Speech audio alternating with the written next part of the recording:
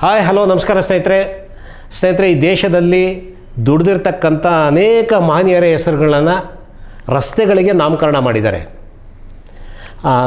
ಸಂಗೀತ ಕ್ಷೇತ್ರ ಆಗಿರ್ಬೋದು, ಸಾಹಿತ್ಯ ಕ್ಷೇತ್ರ ಆಗಿರ್ಬೋದು, ಕಲಾಕ್ಷೇತ್ರ ಆಗಿರ್ಬೋದು, ನಟನಾ ಕ್ಷೇತ್ರ ಆಗಿರ್ಬೋದು, ಕ್ರೀಡಾ ಕ್ಷೇತ್ರ ಆಗಿರ್ಬೋದು, ಹೀಗೆ ಅನೇಕ ಯಾವ್ಯಾವ ಕ್ಷೇತ್ರಗಳಲ್ಲಿ ದುಡಿದಿದ್ದಾರೋ ಅಂಥ ಮಹನೀಯರನ್ನ ಗುರುತಿಸಿ ಸರ್ಕಾರ ರಸ್ತೆಗಳಿಗೆ, ಅಂದರೆ ಅವರ ನೆನಪುಗಳಿಗೆ, ಅವ್ರ ನೆನಪಿರಲಿ, ಅವ್ರು ಸಾಧನೆ ಮಾಡಿರ್ತಕ್ಕಂಥ ಆ ಹೆಸರು ನೋಡಿದ ತಕ್ಷಣ ಅದು ಜ್ಞಾಪಕ ಬರುತ್ತೆ, ಅವ್ರದ್ದೆಲ್ಲ ಜ್ಞಾಪಕ ಬರುತ್ತೆ. ಅದೇ ಥರನೇ ಸರ್ಕಾರ ಒಳ್ಳೆ ಕೆಲಸ ಮಾಡಿದೆ.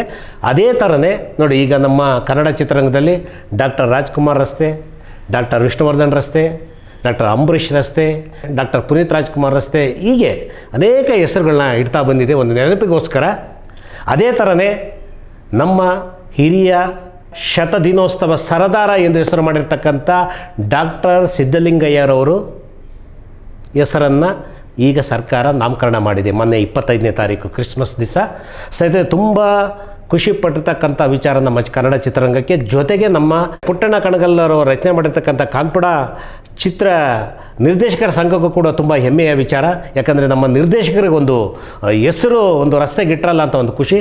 ಸ್ನೇಹಿತರೆ, ಸಿದ್ಧಲಿಂಗಯ್ಯನವರು ತುಂಬ ಬಡತನದಿಂದ ಬಂದಿರತಕ್ಕಂಥ ನಿರ್ದೇಶಕರು. ಅದೇ ಥರನೇ ಸಿನಿಮಾ ಅಂತ ಹುಚ್ಚಿಂದ ನೋಡಿ, ಅವ್ರು ಓದಿದ್ದು ಬರೀ SSLC ಮಾತ್ರ, ಆದರೆ ಅವರ ಯೋಚನೆಗಳಿತ್ತಲ್ಲ, ದೊಡ್ಡ ಯೋಚನೆಗಳು ನೋಡಿ. ಸುಮಾರು ಅವರು 24 ಸಿನಿಮಾಗಳನ್ನ ನಿರ್ದೇಶನ ಮಾಡಿದ್ದಾರೆ ಸ್ನೇಹಿತರೆ. ಅದು ಆಲ್ಮೋಸ್ಟ್ ಎಲ್ಲನೂ ಇಟ್ಟೆ ಸಕ್ಸಸ್ಸು. ಒಂದು ವರ್ಷ ಓಡಿದ್ದಾವೆ, ಶತದಿನೋತ್ಸವ ಆಚರಣೆ ಮಾಡಿದ್ದಾವೆ. ಅವ್ರು ಮಾಡಿರ್ತಕ್ಕಂಥ ಮೊದಲನೇ ನಿರ್ದೇಶನ ಚಿತ್ರ ಮೇಯರ್ ಮುತ್ತಣ್ಣ, ಡಾಕ್ಟರ್ ರಾಜ್ಕುಮಾರ್ ಅವ್ರದ್ದು.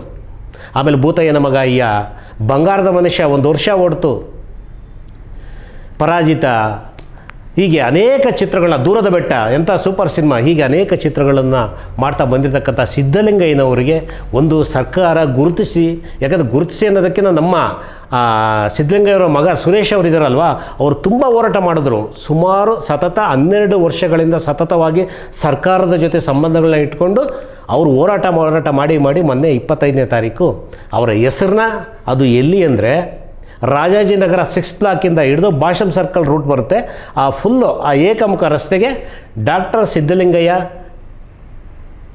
ಅವರ ಹೆಸರನ್ನ ನಾಮಕರಣ ಮಾಡ್ತು. ಆ ನಾಮಕರಣ ಮಾಡಿರೋರು ನಾವು ಅದೇ ವಿಜಯನಗರ ಕ್ಷೇತ್ರದ ಪ್ರಿಯಾ ಕೃಷ್ಣರವರ ಶಾಸಕರು ಹಾಗೂ ಅವರ ತಂದೆ ಎಂ ಕೃಷ್ಣಪ್ಪರವರು ಕೂಡ ಆಗಮಿಸಿದ್ರು. ಅನೇಕ ನಮ್ಮ ಕನ್ನಡ ಚಿತ್ರರಂಗದ ಗಣ್ಯರು, ಸಾಹಿತಿಗಳು ಸೇರಿ ಮೊನ್ನೆ ಆಚರಣೆ ಮಾಡಿದರು. ತುಂಬ ಸಂತೋಷದಂಥ ವಿಚಾರ. ಯಾಕಂದರೆ ಸಿದ್ಧಲಿಂಗಯ್ಯನವರ ಒಂದು ನೆನಪಿಗೋಸ್ಕರ ಇದನ್ನು ನಾಮಕರಣ ಮಾಡಿದ್ದಾರೆ.